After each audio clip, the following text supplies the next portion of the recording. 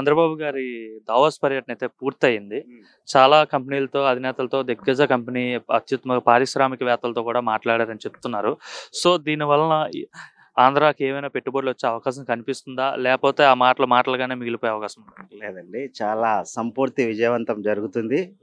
ఎందుకంటే సుదీర్ఘ కాలంలో అన్ని కులాలకి, అన్ని మతాలకి, అన్ని వర్గాల ప్రజలకి బలమైనటువంటి నాయకుడు నారా చంద్రబాబు నాయుడు గారు. ఎంతో కష్టపడి చిన్న వయసు నుండి ఆయన విద్యార్థి సంఘ నాయకుడిగా, తెలుగుదేశం పార్టీ అధినేతగా, యునైటెడ్ పార్టీలకి అధినేతగా, ఈరోజు ఎన్డీఏ ప్రభుత్వాన్ని కూడా మద్దతు ఇచ్చుకుంటూ దేశంలోనే, రాష్ట్రంలోనే అతి ఎస్సీ, ఎస్టీ, బీసీ మైనార్టీల పేద పక్షవాతి అనేటువంటి నారా చంద్రబాబు నాయుడు గారు అన్ని స్కీమ్లు ఇంప్లిమెంట్ చేయాలనేటువంటి ఉద్దేశంతో మేము సార్ని కలవడానికి వచ్చాం. దావోస్ పర్యటన విజయవంతం అవుతుంది. లోకేష్ గారి నాయకత్వం, చంద్రబాబు నాయుడు గారి నాయకత్వం, పవన్ కళ్యాణ్ గారి నాయకత్వం ఇంకా అభివృద్ధి బాటలో.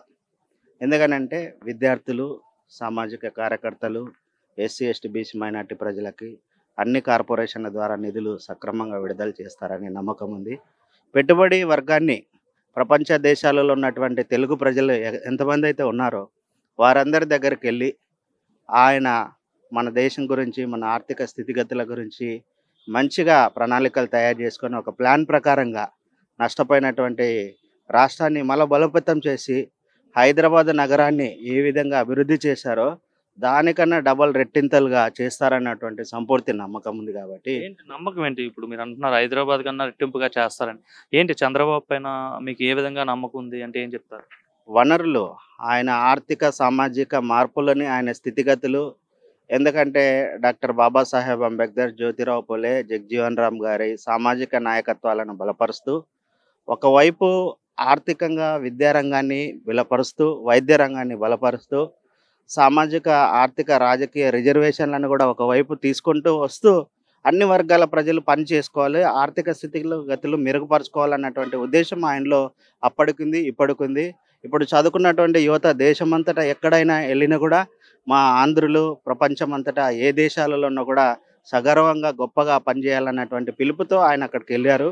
కాబట్టి ప్రపంచంలో ఉన్నటువంటి తెలుగు ప్రజల యువత కూడా ఉరేకెత్తలేసి చంద్రబాబు నాయుడు గారి నాయకత్వంలో, లోకేష్ గారి నాయకత్వంలో, పవన్ కళ్యాణ్ గారి నాయకత్వంలో అభివృద్ధి బాటలు వేయడానికి పెట్టుబడి వర్గాల ప్రజలు కానీ, అన్ని కార్మిక కర్షక ప్రజలు కానీ సంపూర్తిగా పని చేసుకొని బతకాలన్నటువంటి జ్ఞానంతో ముందుకెళ్తున్నారు. కాబట్టి ఈ రోజులలో అలాంటి బలమైనటువంటి నాయకుడు ఇంకా చురుగ్గా పనిచేయాలని, ఆయనకు దేవుడు సంపూర్తి ఆరోగ్యాన్ని కూడా దయచేయాలని మేము కోరుకుంటున్నాము. థ్యాంక్ యూ అండి. అన్న మీ పేరన్నా? నాగేంద్ర అన్న. ఇప్పుడు చంద్రబాబు గారి దావోస్ పర్యటన పూర్తయి తిరిగి వస్తున్నారు. సో, ఎలా జరిగింది అనుకుంటున్నారు ఈ పర్యటన? ఏమైనా ఆంధ్రాకి పెట్టుబడులు వచ్చే అవకాశం కనిపిస్తుందా పారిశ్రామికవేత్తలు వచ్చి? అన్న, చంద్రబాబు గారు అంటేనే ఒక విజనరీ లీడర్. ఓకేనా, ఆయన వెళ్ళిన తర్వాత తీసుకోవడానికి ఏముందన్న, ఖచ్చితంగా ఎన్నో పరిశ్రమలు వస్తాయి. ఏపీ మళ్ళా గత వైభవాన్ని చూరుకుంటుందని మేము అందరం అనుకుంటున్నాం. ఎలా ఉందన్న 7 నెలల పరిపాలన చూస్తుంటే ఏమనిపిస్తుంది అసలు? చాలా బాగుందన్న. మాది ఏలూరు జిల్లా కామవరపుకోటలో నేను జాబ్ చేస్తున్నాను.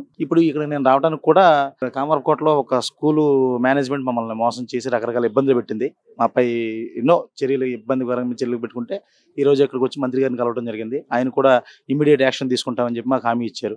ఇంకా అంతకన్నా మంచి ప్రభుత్వం ఇంకేముంటుందన్న. అంటే గత ప్రభుత్వం ఎట్లాంటి యాక్సెస్ ఉండేదా ఎవరైనా కలవడానికైనా, మన సమస్యలు చెప్పుకోవడం? ఇప్పుడు వచ్చే మీ సమస్య చెప్పుకున్నాం అన్నారు. సో, ఎట్లా ఉండేదా? లేదేమో నాకు తెలియదు, నేను ఎప్పుడు రాలేదు. మరి నేను ఎప్పుడైతే నేను రావడం జరిగింది, నేనైతే మాత్రం బాబు గారికి ఓటేసినందుకు చాలా గర్వపడుతున్నాను.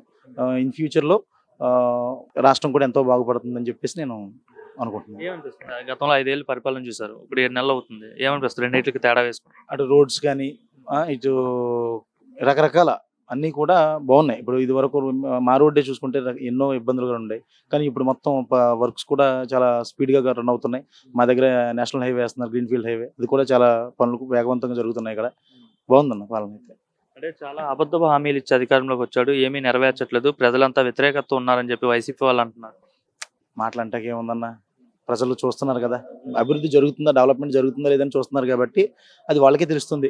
ఓకేనా, క్యాపిటల్ ఎలా ఉండబోతుంది? గతంలో క్యాపిటల్ లేదని చెప్పేవారు. సో, ఇప్పుడు అమరావతిని క్యాపిటల్గా అనౌన్స్ చేశారు కదా. సో, ఎలా ఉండబోతుంది అంటారు?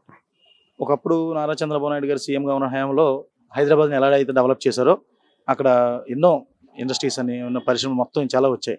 సో నాకు తెలిసి రాబో కాలంలో అమరావతి అనేది కూడా మరో హైదరాబాద్ కంటే గొప్పగా అవుతుందని చెప్పడంలో ఎటువంటి సందేహం లేదు.